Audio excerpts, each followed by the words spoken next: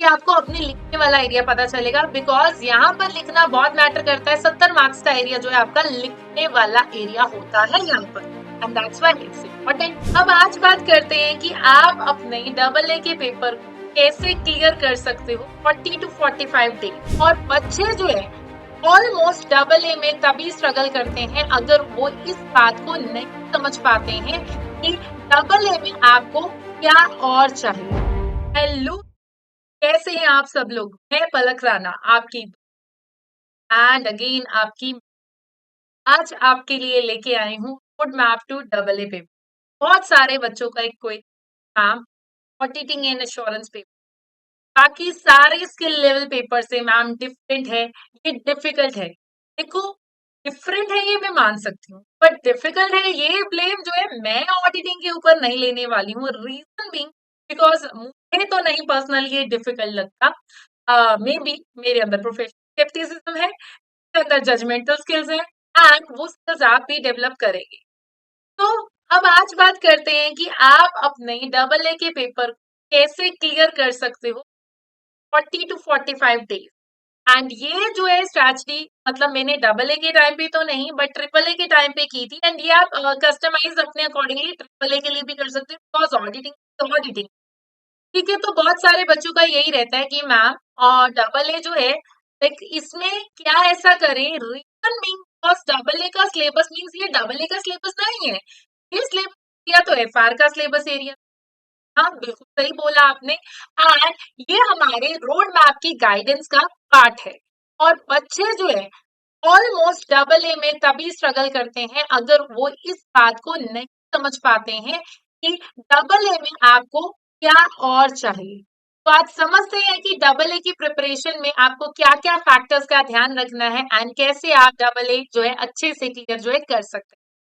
तो guys, double A right के paper में आपको क्या करना है कि मैं अगर आपकी जगह होती तो डबल ए में सबसे पहले मेरा काम क्या होता, अकाउंट्स। तो मेक श्योर अगर आपका अकाउंट्स जो है वो स्ट्रांग नहीं है तो आप डबल ए में हाथ मत डालिए पहले।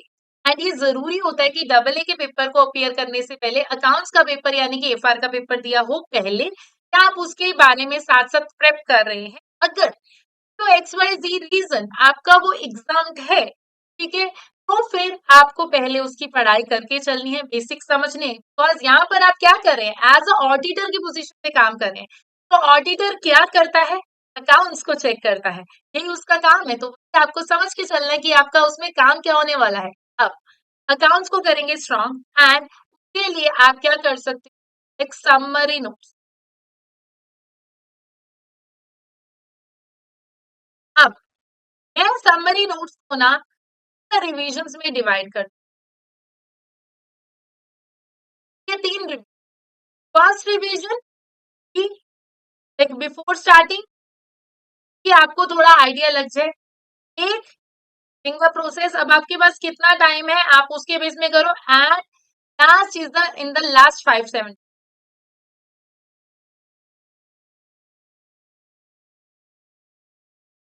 कोई भी समरी नोट अपने खुद के लीजिए, किसी के लीजिए, जैसे भी लीजिए। अब हमें पढ़ना है स्मार्ट अप्रोच। तो डबल ए का पैटर्न क्या होता है हम समझते हैं, इट्स अ 70:30।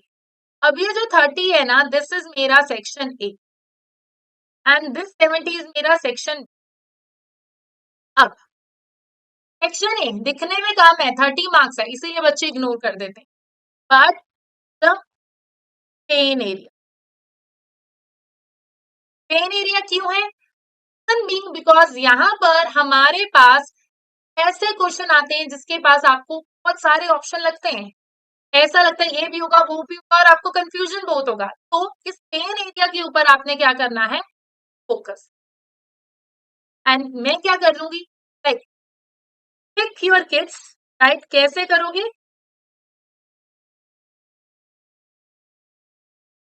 दोनों किड्स, ठीक है, दोनों किड्स लोगे आप एंड सारे क्वेश्चन ले लिए। अब उसको डिवाइड करो बाय नंबर ऑफ डिविजन।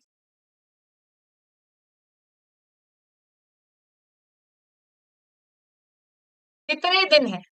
अब ये नंबर ऑफ डेज कैसे होंगे, except last 4 days of revision.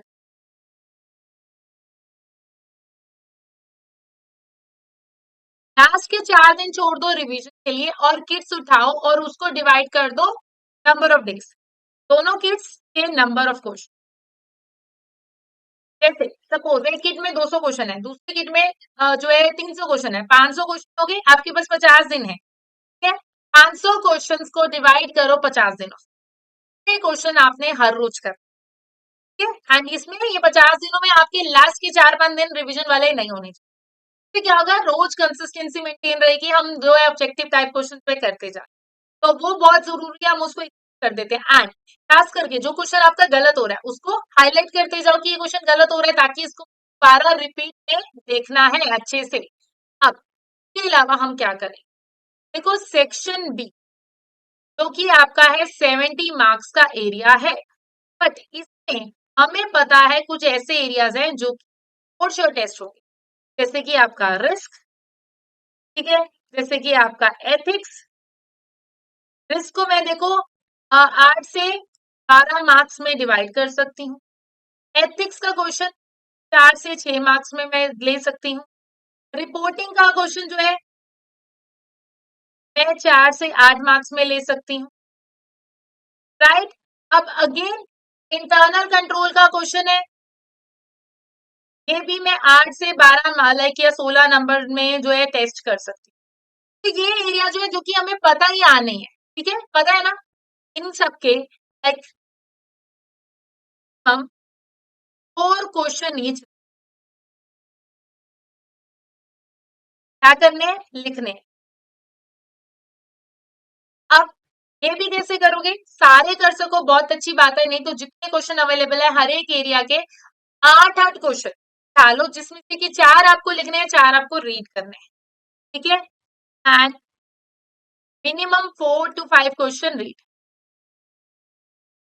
And वो ऐसे कर सकते हो, दिन में एक क्वेश्चन रिस्क का, एक क्वेश्चन एथिक्स का, एक क्वेश्चन रिपोर्टिंग का, तीन तीन का पेयर बना रही हूँ, रीजन बिकॉज हो सकता है आपके पास इतना टाइम ना हो, बट उसको रीड करो। एंड देन के अलावा रिमेंबर,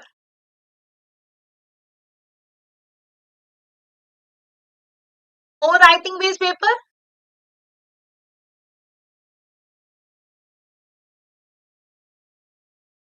तो की प्रैक्टिस इज मस्ट।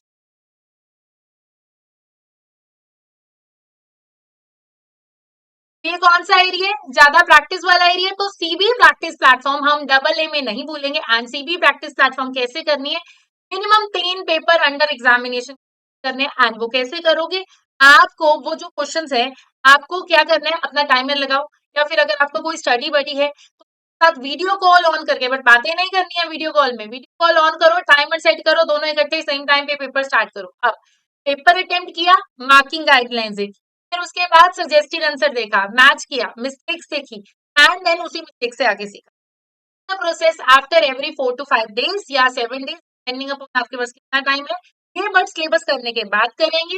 एंड ये इससे क्या होगा, एक तो आपकी स्पीड मेंटेन होगी, आप इसी प्रैक्टिस प्लेटफॉर्म से कंफर्टेबल होंगे, एंड अगेन फिर और क्या होगा कि आपको अपने लिखने वाला एरिया पता चलेगा, बिकॉज यहाँ पर लिखना बहुत मैटर करता है। 70 मार्क्स का एरिया जो है आपका लिखने वाला एरिया होता है यहाँ पर, and that's why it's important कि आप जो है चीजें लिख सकें। तो गाइस इन बेसिक सी बातों का आप जो है ध्यान रखोगे तो आपका डबल ए जो है अच्छे से हो जाएगा, और ये गाइडेंस जो है आपको फॉलो करनी है, आप अपने अकॉर्डिंगली भी प्लानर बना सकते हो, but please consistency is the key. And again double A में चलता है स्मार्ट वर्क हार्ड वर्क के साथ साथ, तो स्मार्ट वर्क मीन्स की एरियाज है उनको ही करना है, but obviously knowledge area based question हमारे 8 से 10 नंबर में मिनिमम टेस्ट हो जाते हैं, तो हम उसको भी इग्नोर नहीं करेंगे। And accounting is must in double A का पेपर। तो आई होप ये सारी इन्फॉर्मेशन आपकी हेल्प की रही है, एंड ऐसी ही और हेल्पफुल इन्फॉर्मेशन जानने के लिए हमारे साथ जुड़े।